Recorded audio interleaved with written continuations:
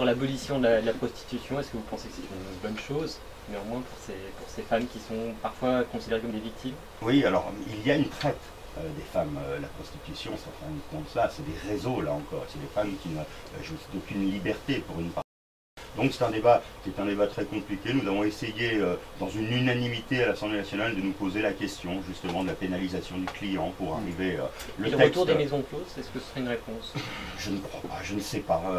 Vraiment, ça fait partie des vrais sujets de société sur lesquels je suis pour tout vous dire. Par exemple, j'ai essayé de réunir dans ma circonscription, qui n'est pas trop touchée par cette question, mais j'ai essayé sous le couvert du secret médical bien entendu, mais de travailler avec quelques médecins, de travailler notamment avec des psychologues, des psychiatres, pour qu'ils me disent la façon dont ils voyaient sur un territoire comme le mien aujourd'hui cette question de la prostitution, pas simplement du point de vue de ceux qui se prostituent, mais du point de vue aussi de ceux qu'ils peuvent rencontrer, des retours, parce que c'est un sujet compliqué. Moi, j'ai une tendance naturelle à plutôt aller vers tout ce qui empêche la traite des êtres humains, et la prostitution est une forme de traite sauf les des maisons êtres humains. closes, enfin, Françoise de Panafieux, députée UMP, mais bien entendu, plutôt pour... mais on est dans un cadre qui est de ce moment-là un cadre légalisé, ça fait partie des débats, et c'est pour ça que j'essaye de savoir aussi... Donc un encadrement. La question de la prostitution joue très certainement aussi un rôle, et a toujours joué un rôle dans les sociétés.